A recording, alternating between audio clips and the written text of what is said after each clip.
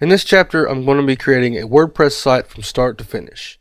I'm going to put all the theory that we've discussed in previous chapters into practice to show you how it's done, step by step, from start to finish, from installation to publishing.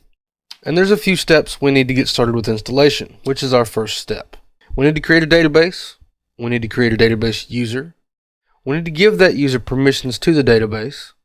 Then we'll upload our WordPress files with an FTP client or using upload functions found in your hosting environment.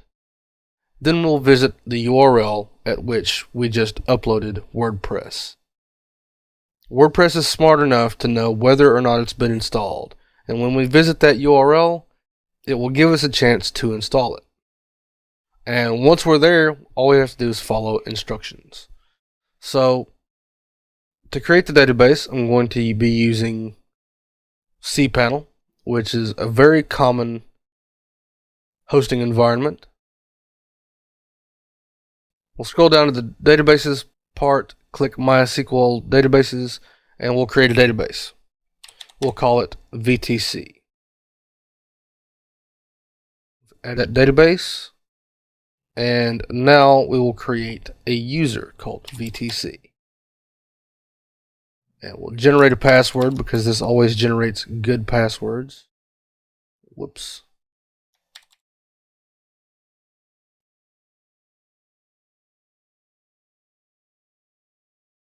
And now we will need to add the user to the database. So we'll click Add. We'll click All Privileges. Make changes, and now our database is set up. It's ready to be populated with WordPress schema. So now we're going to go over to our WordPress page, and we're greeted with an error. There doesn't seem to be a wp-config.php file. I need this before we can get started. That's fine. The wp-config.php file is not generated until after you install. So we'll create a configuration file. It tells us what we need, but we already know we need the database name, username, password, and host. And let's go. The database name is VTC. And the user is the same, so we'll just copy that. Grab the password. Localhost is normally acceptable for the database host. There are some hosting environments where you're given a specific database host to use, so you should be aware of that if you're using one of those hosting environments. GoDaddy is known for using a different database host, as is Rackspace, I believe. So there's our information here, so let's click Submit and run the install. And it will ask us for some things. Site title, let's call it Gardens of Eden, because we're still making a gardening website, but we want to put a little more thought into our name and all that now. So we'll also change the username. This is very important. I've showed you ways that you could do that with plugins, but if you do it here, you won't have to use a plugin later. So let's choose a username of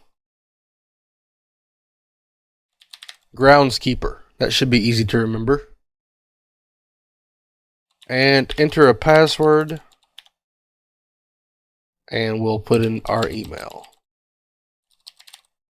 And also, we will allow search engines to index this site, because we want this site to be public, and we like it, and we want people to know about it. So let's install WordPress. And it's done. We can now log in.